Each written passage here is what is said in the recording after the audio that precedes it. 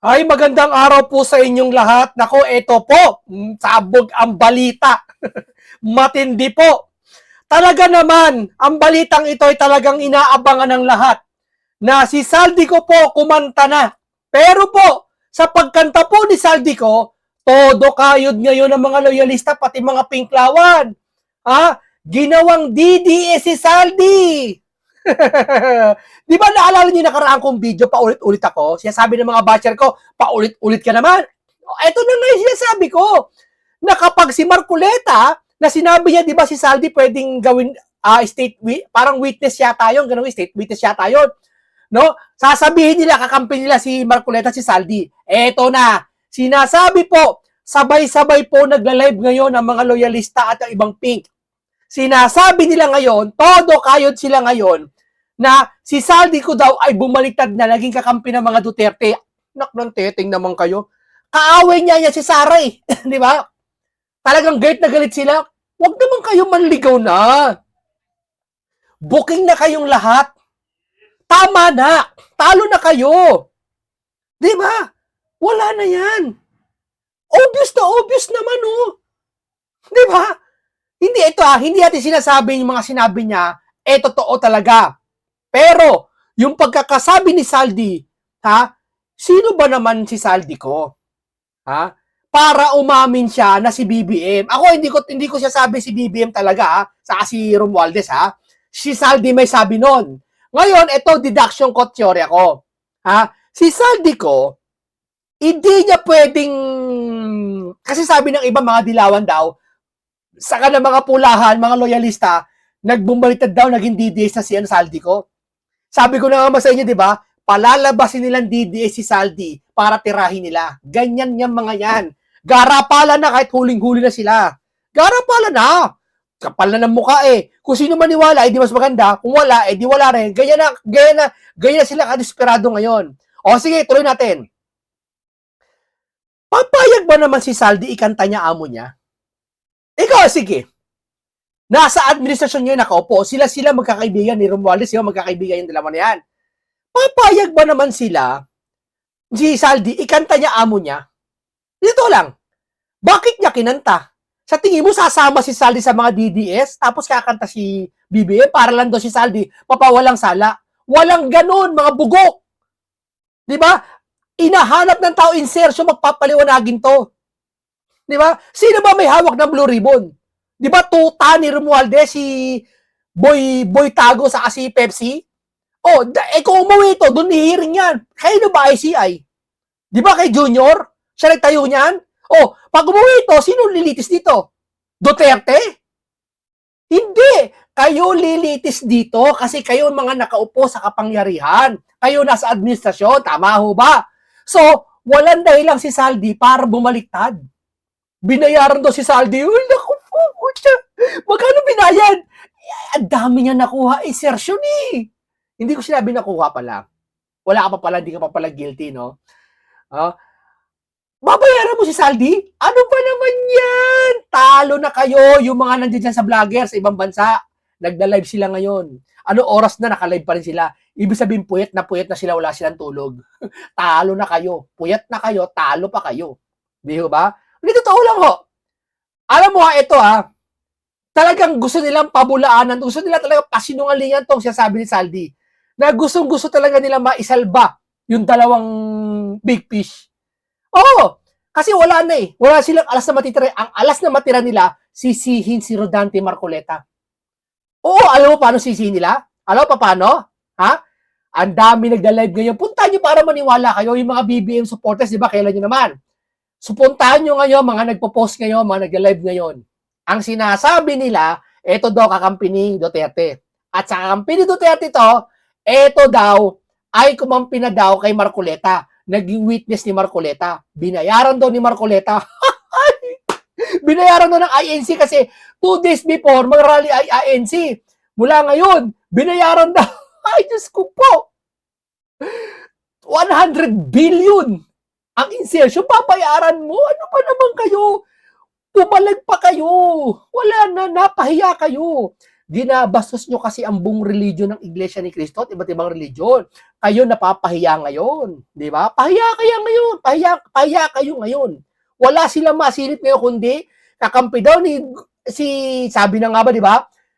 Pag may lalabas na isang tao na titistigo sa dalawang big fish, kakampi ng INC, kakampi ng Gutesa, kakampi ng DDS, kakampi ni Marcoleta.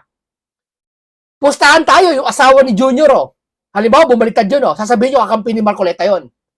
Ayaw nyo talaga mapahamak yung amo nyo. Obvious na, oh. Hindi ko siya sabi totoo yung sabi niya. Siya may sabi nun. Pero, teorya ko nga ito ikaw si Saldi ko. Ikaw si Saldi. Aba, ako na si Saldi Kakampi ba naman ako sa mga DDS? Ano mapapala ko? Para ako masalba ko?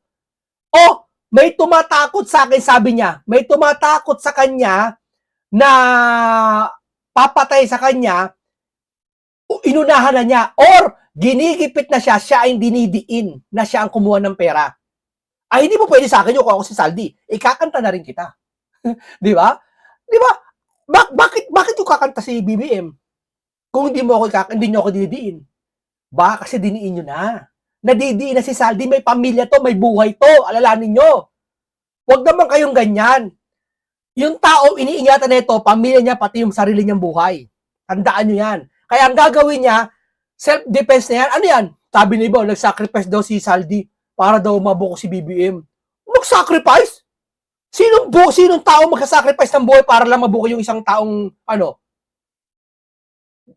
Kasi alam ni Saldi, nagigipit na siya. Wala pong bayaran nangyari, hindi kayang bayaran si Saldi po. Yeah. Sabi niya, siya kanya nagsabi pinagtago siya. Ngayon, hindi niya na kaya kasi siguro may nababanta sa buhay niya. Kinanta na niya kasi unfair siguro. Narinig nyo naman, si Tambaloslos hindi maimbitahan sa hearing. Panay pagkatakip. Sino dinidiin? Si Saldi lagi ang dinidiin na, harap-harapan na. Etong mama, kinanta na. Yung sabi, kahit anong alaga mo sa aso mo, pag yung aso mo kinawawa mo, kakagating ka. Yeah? Yung aso, kahit pag pinalo mo, kakagating ka niyan. Tutuklawin ka ng sarili mong alaga. Di ba? Natatawa ko. Pero take note mamaya na. Talagang puspusa ng kayod ng mga pink lawan sa mga BBM vloggers para lang ipagtanggol si Saldi. Talagang iisa ang topic nila ngayon. Kakampi daw ni Marcoleta to. Ito daw palibagong witness si Marcoleta. Scripted na naman daw. Sus ko po! Ang layo na! Pinahiya niyo si Marcoleta, di ba? Sa Gutesa. Pati kay Diskaya. Ano ngayon? Ito na mismo umaamin. Naku, sabi mo, mas kakampi siya kay Marcoleta kaysa kay nakaupong presidente? Sino mas malakas? Si Marcoleta yung presidente. Bakit niya kinanta si presidente? Kasi siguro, teorya ko natatakot siya sa buhay niya, may banta na siya. Pangalawa, siya na dinidiin. Tama? Kaya, sapat na siguro para kumanta na. Nagkataon na siguro, mag-rally na. At ito pinakamaganda. Teorya ko INC hindi, marami pa ako na nabasa sinisisi nila INC. Kasabot daw kasi 2 days before, umamin daw si Saldi tapos mag-rally INC. May connection daw. Mga siraan na, nasisiraan na sila ng bait. Bukong-buko na yung amo nila, nanginginig pa. Di ba? Ito take note ang INC po, para sa akin pasalamatan natin. Salamat po sa lahat ng Iglesia ni Cristo. Bakit? Wala pa man din ang rally nyo na kung saan sasamak lahat. May marami nang umamin. Yung isa, lumayas na ng bansa. Isa-isa na sila nahayag. Dahil sabi niya, di ba, ang dami sasabi, before rally ng INC, maraming babaliktad. Bakit? Kasi yung rally na yan, pwede may mangyari. Yung paranoid nila, pero di naman mangyayari, no? Pero, ang paranoid ng mga pink, saka ng mga BBM, bababa si BBM. Pag nababa si BBM, tanggal ang SP, tanggal si Boy Tago, tanggal si Pepsi, tanggal lahat. Sara Upo, yun ang nasa paranoid nila Lahat walang pink, kawawa sila taguan na, layasan ng bansa. Kaya siguro nauna na. Kasi yun ang paranoid nila sa INC. Diba? Kaya binabakbakan nila INC, pati yung pamilya ng mismong leader na si Ka Eduardo Manalo, sinisiraan nila. Wala nang kinalaman yung tao sa kanila, sinisiraan nila. Bakbak na sila ng bakbak. Ngayon, eto, Yung dulot ng kahihiyan na ginawa nyo sa iglesia, turumiple sa inyo ngayon. Ano kayo ngayon? Ha? Oh, di ba? Salamat po sa mga iglesia ni Cristo dahil sa rally ninyong gagawin, na pressure po ang gobyerno. Parang iba ay mapaamin, bumaliktad at umalis ng bansa. Nga lang, masama nito, umalis na yung bugok na dating sekretary ng DPWH yata yun. Di ba? Umalis na. Eto, umami na. Kumanta na sa mismong araw ni Martin. Kinantahan ka, Martin, ng hindi happy birthday. Kinantahan ka ni Saldi na kung saan yung kanta na yon hindi namin malilimutan. Kabisado kagad namin. Di ba? Oh, basahin natin si Rowena Nagwanson. Tingin mo, ang galing ng lawyer ni Saldi ko. Kunwari, wala silang alam na laro niya lang ang usual script. Akala pa natin magsasalita siya sa VIP witness at idadamay niya lang ang senador na si Di Ali ng administrasyon. Yung pala isang araw bago makalaking rally, boom! Yeah. Ang galing ng lawyer ni Saldi ko, kunwari wala silang alam at nilalaro lang nila ang actual script. Yung script ng mga Pepsi, saka ni Boy School Bukol at nila Tambaluslos. Di ba? At nag-hearing sila, di ba? Na-cancel, sabi niya Amy Marcos, cancel yung mismong Zoom. Bakit? Kasi hindi nila aasahan, lalabas si Saldi ng ganito sa Facebook page niya. Hindi nila inaasahan yan. Pasabog to. Bakit? Ito na yung sinasabi natin na resulta ng wala pa man din ng rally ng INC. Nakagawa na sila ng ambag sa Pilipinas. Yan ang sinasabi ko sa inyo. Ha? Biruin mo, INC lang, INC next, ito ha, mag-rally pa lang ha. Anong ginawang direksyon ni School Bukol, ni Pepsi at ni Boy Tago? Wala kayong direksyon. Inalis nyo si Marcoleta, o ngayon, sisihin nyo si Marcoleta. Sabihin nyo kung si Gutesa at si Diskaya ay hindi totoo ang sinasabi. Ngayon kayo magyabang. Di ba? Yan ang sinasabi ko sa inyo mga kababayan. Di ba? Napakalino na. Biruin mo, anong utak meron kayo sa pagpapalusot ngayon? Kakampi daw ni Marcoleta si Saldi? Di ba sinabi ko sa inyo nakaraan, 1 week before, pag si Marcoleta ginawang witness to, pagkakamalan to kakampi ni Marcoleta. Oho! Maniwala kayo, ganyang katitindi ang mga yan. Oo. Di ba? Dati, puring-puri kayo kay Saldi. Nagtatanong ang taong bayan sa si Saldi, hindi nyo pinupost ngayon. Wala kayong mga pinklawan, hindi kayo nagpo-post tungkol kay Saldi. Saldi, umuwi ka na. Wala kayong pinupost na gano'n, mga pinklawan, mga loyalista. Saldi, umuwi ka na. Di ba nakiusap kami nakaraan? Please, please, please. I-post nyo naman si Saldi na umuwi na. Ayaw nila. Dahil ba't daw papauwiin? Wala namang kasalanan. Yung umamin na kung sino big fish, sasabihin ng mga loyalista sa mga pingko, umuwi ka, Saldi, magpaliwanag ka. Biruin mo yan. Oh, hindi sabihin, yung sitwasyon, nag-aantay lang kayo na kung saan papabor sa inyo. Diba? Ibig sabihin, yung kinikilos nyo, hindi para sa taong bayan, para sa sarili nyo. Tama, mali. Kasi hinihintay nyo lang yung mga magandang pagkakataon. Kung ano yung gusto nyo lang marinig, yun lang pakikinggan nyo. Kaya itong si Saldi, siguro gipit na, umami na. Di ba ito yung sasabi ko sa inyo matagal na si Saldi, saka si Saldi, yan na lang ang tanging paraan na pag yan umuwi, solved na. Sabi niya, hindi daw siya pwede umuwi kasi pinipigilan siya ng dalawa. Baka mamatay ang buhay niya, delikado. Ang payat na oh. Yan ba nasa secure, nasa safe ng mga DDS?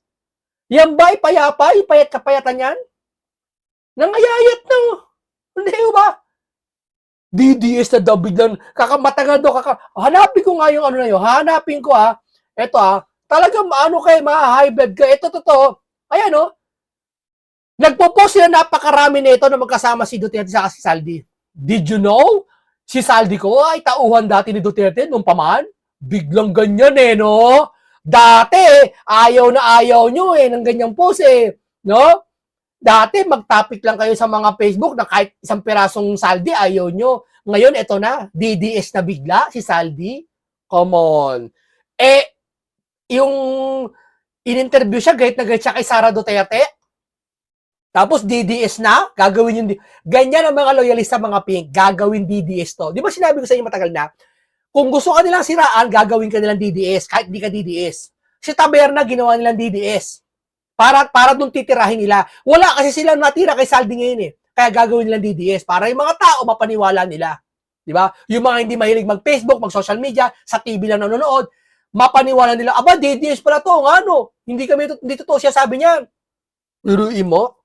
Hindi naman totoo siya sabi dahil sa picture na to. Parang kay Gutesa, hindi na totoo yung affidavit niya dahil maling notaryo. Eto naman, dahil doon sa picture na to, hindi daw totoo sinabi ni Saldi dahil sa picture na to. Ganyan sila kadesperado na. Wala nang maniniwala sa inyo. Talo na kayo.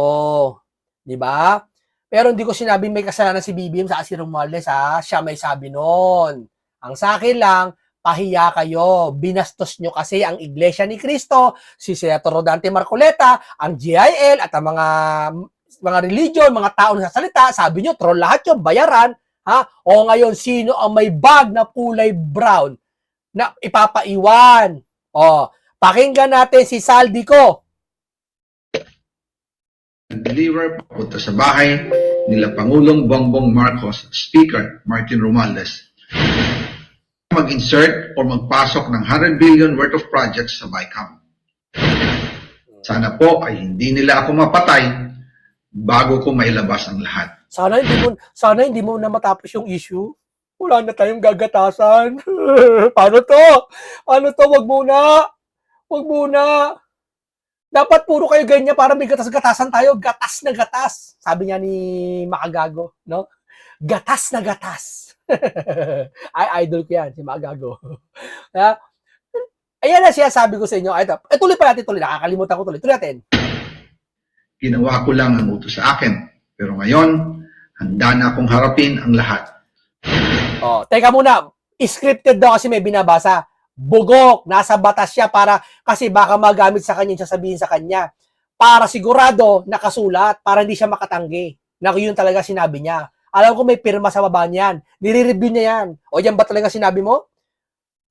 Lahat ng sasabihin mo dyan, gagamitin laban sa'yo. Ayusin mo, Mege. Kaya sinulat niya. Kasi baka magkamali siya na sasabihin kung live siya. Diba? O kaya sinulat niya para may katibayan. Ang mahalaga, yung content ng sinasabi niya. Yung kahulugan. Hindi yan scripted. Ginagamit ng administrasyon ang buong resources ng bansa para tumahimik ako. Duri mo, ginagamit ang buong resources ng bansa, kakapal ng mukha nyo. Titigas na mga pagmumukha nyo.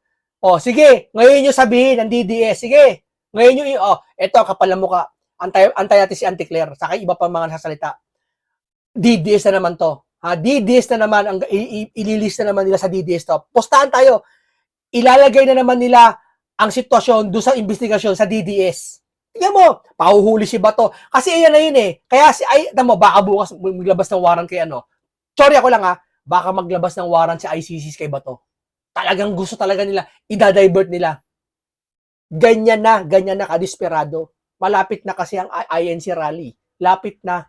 Paranoid na sila. Yung paranoid nila ngayon, nag-triple na sa hindi malaman dahilan. Lahat na anxiety, stress, depressed, paranoid, lahat na. Paranoia. Di ba? Nararamdaman nila ngayon. Di ba? Ganyan yung inapi sila Marcoleta at ang ibang religion, pati lalo INC. Ganyan yung binastos nila pastangan. Kaya ngayon, ayan na.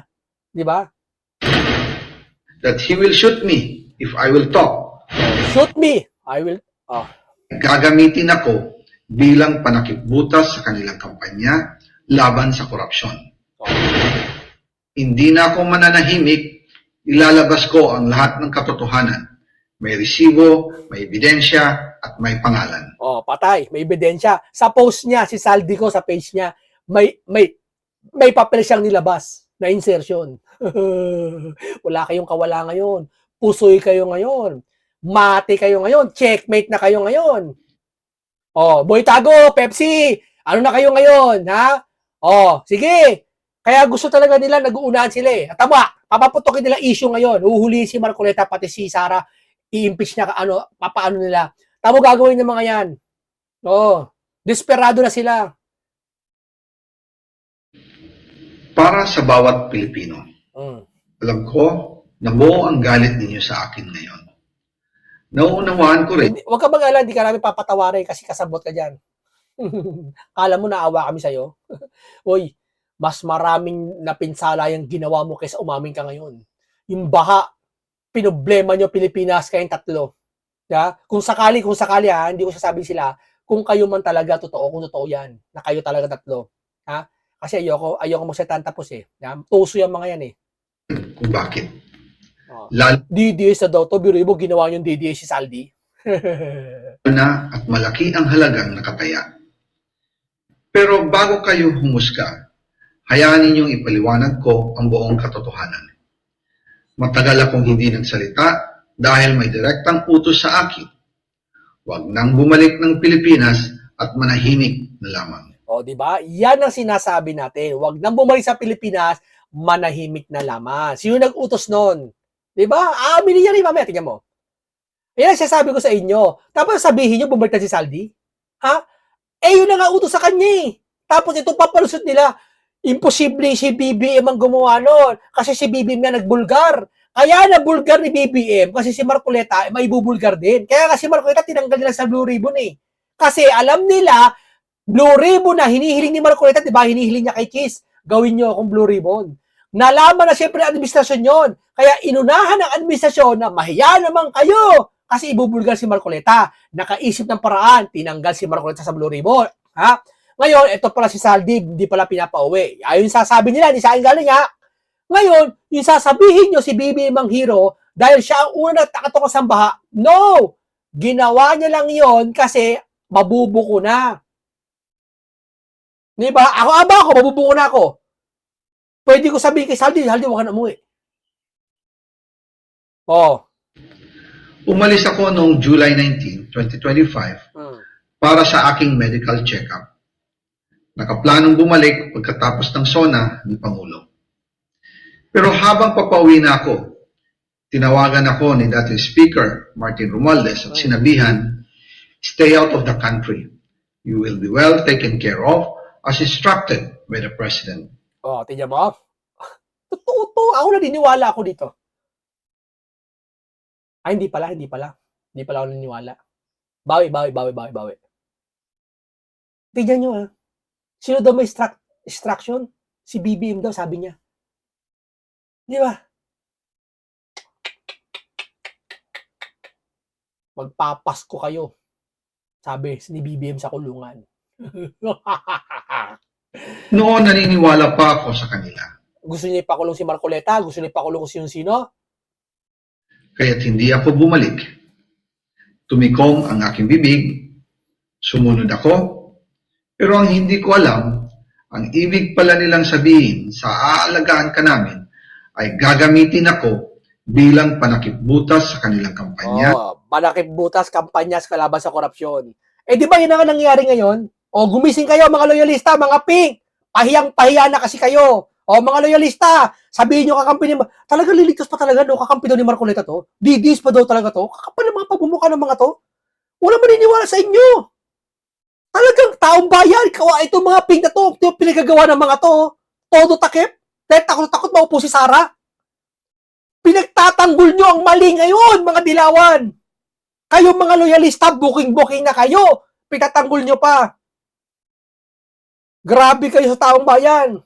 Laban sa korupsyon. Ginawa nila akong poster boy ng kanilang sariling kasinungalingan. Ngayon, hindi na ako mananahimik, ilalabas ko ang lahat ng katotohanan. May resibo, may ebidensya, at may pangalan. Nagsimula ito nung tumawag si Sekmina Pangandaman sa akin nung nag-umpisa ang BICAM process last year, 2024. Ang sabi niya, katatapos lang ng meeting nila ni Pangulo at may instructions na mag-insert o magpasok ng 100 billion worth of projects sa BICAM. At sinabi pa ni Sekmina, you can confirm with Yusek Adrian Bersamin dahil magkasama sila Nako, pati si Bersamin, ako, dami na itong sangkot. May part 2 pa to eh. sa Abangan meeting natin. ni Pangulong BBM noong araw na yon. Tinawagan ko po agad si Yusek Adrian Bersamin at tinanong ko kung may instruction nga ba ang Pangulo na magpasok ng 100 billion during their meeting. Ang sabi niya ay totoo nga po. Right after our conversation, tinawagan ko po si dating Speaker Martin Romualdez at nireport ko ang instructions ng Presidente to insert the 100 billion projects. Naku, 100 million projects. Nasaan, Pangulo? Kaya pala lakas ang loob niya sabihin, flood control natapos na. Na-overwhelm lang. Ghost pala. Nasa na? Nasa na, Pangulo? Nasa na po? Sasabihin nyo, mga loyalista kayo? Sasabihin nyo, ang Pangulo ang hero. Kung talagang siya may kasalanan, sinungaling si Saldico, siya nga gumawa, siya nga una nagbulgar ng katiwalian eh. Ganyan talaga pag guilty. Siya unang aamin para hindi mahalata na kasama siya doon. Tandaan niyo yan. Walang pinagkaiba ito sa asawa na umuwi. Na pag uwi, sabi sa asawa, ba't ginabi ka? Sabi ng misi, sabi ng lalaki, Han, nag-inom ako. Galing ako sa inunahan na niya. Diba? Ganun lang yon. Inunahan niya na magsabi. At sinabi niya sa akin, what the President wants, he gets. After ng ilang araw, nag-set po ng meeting si Secmina Pangandaman at Yusek Adrian Bersamin sa amin ni dating Speaker Martin Romualdez sa Aguado Building in front of Gate 4 ng Malacanang at nandun din po si Yusek Jojo Cadiz. During the meeting, binigay po ni Yusek Adrian Bersamin ang listahan na worth 100 billion. Tinanong ko po si Yusek Adrian kung saan galing ang listahan. Ang sagot niya, galing kay PBBM mismo at binigay niya ito mula sa brown leather bag. Nung sinabi po ni Yusek Adrian Bersamin yung brown leather bag, naalala ko noong nasa Singapore kami right after the elections of May 2022 sa Hilton Hotel, kami ni dating Speaker Martin and PBBM habang pauwi at pabalik ng Pilipinas, hinabol ng PSG ang brown leather bag at ang sabi ni PBBM, maiwan na lahat, wag lang ang brown leather bag. Malinaw. Anong ginawa mo dyan, BBM, sa leather bag na yan? Ilan laman nun sa isang leather bag? Nakalalaman ng 1, 2, 3, 4, 5, 6, 7, 8, 9, 10, 11, 12, 13 million. Pwede. Kung ilang leather bag yun, dami nun. Kaya naniwala ako na utos talaga ito ng Pangulo. Depende sa leather bag na malaki utos ng Pangulo daw. Pagkatapos ng ilang araw, I informed sina dating Speaker Martin Romualdez, Secmina Pangandaman, Yusek Adrian Bersamin, and Yusek Jojo Cadiz na kung pwede 50 billion lang ang ipasok sa program funds dahil so sobra ang DPWH funds versus sa DepEd. In practice, hindi pwede na mas malaki ang budget ng DPWH kaysa edukasyon. And yung balance na 50 billion, ilagay na lang sa program funds for the 2025 budget. Dahil Office of the President din ang nagre-release ng lahat ng unprogrammed funds. Tamo? Ikaw may release niyan lahat So wala kang kasalanan, undeclare. Magpaliwanag ka na. Hinihintay namin yung mga sasabihin mo. Diba? Ipagtanggol mo ngayon si junior mo. Kung ako, mag-resign na ako bilang spokesperson. Kung ako Kaya sabi ko, sa mga lalo sa mga sandatang lakas, hindi ko kayo hinihikayat. Pero buksan yung isipan nyo. Ano pa ba ang dapat pakinggan sa taong bayan? Magmasid kayo. Magkakarali INC, sana pakinggan nyo. Di ba? Kayo na bahala kung sino kakampihan nyo. Di ba? Yun lang yun. Pero sana, yung kampihan nyo yung katotohanan. Di ba? Kung papatunayan na ito yung walang sala, di mas maganda. Tuloy ang Pilipinas. Pagkatapos ng isang araw, tinawagan ako ni Secmina at sinabi ang mensahe ng Pangulo. Ipasok ninyo yan dahil pinangako na sa akin ni Speaker Martin yan at hindi na pwedeng baguhin. Kumbaga, ang utos ng hari hindi pwedeng mabalik. Nako, sinong hari yan? Ano kayo ngayon? Alam ni Marcoleta ang ginagawa niya at yung big fish niya yung gusto niya mahuli.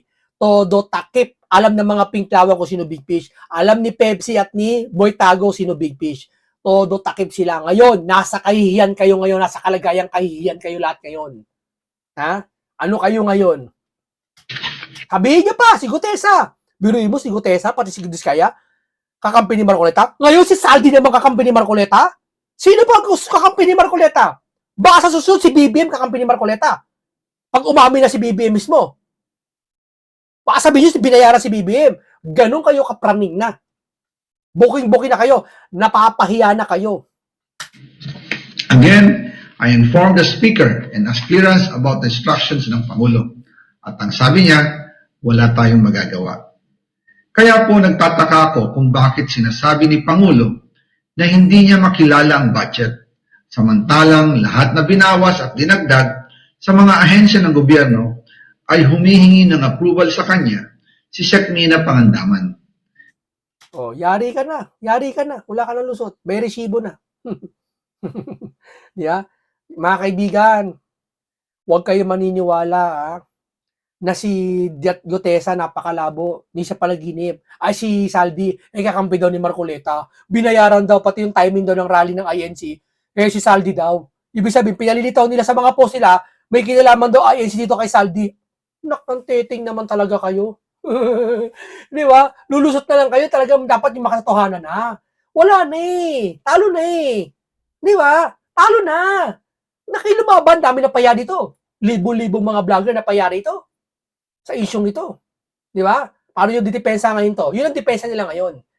Timing daw yung rally ng INC, tapos si Marcoleta daw, ginawang witness si Saldi. Di ba? Na naman. Kakampi na naman ulit ni Marcoleta si Saldi. Kung halimbawa pala, kinanta ni... Halimbawa lang si Lisa, tapos si BBM, kinanta ni Lisa mismo asawa niya. Kasabihin nyo, kakampi ni Marcoleta si Lisa. Di ba sinabi ko nakaraang linggo pa yan? Ganyan gagawin ng mga to, lulusot at lulusot to mga to. Di ba? O hanggang dito lang po muna tayo. Ang saya-saya. Nahugutan ng tinik yung mga binaha. Di ba? O, paalam sa inyong lahat. Mag-ingat lagi kayo.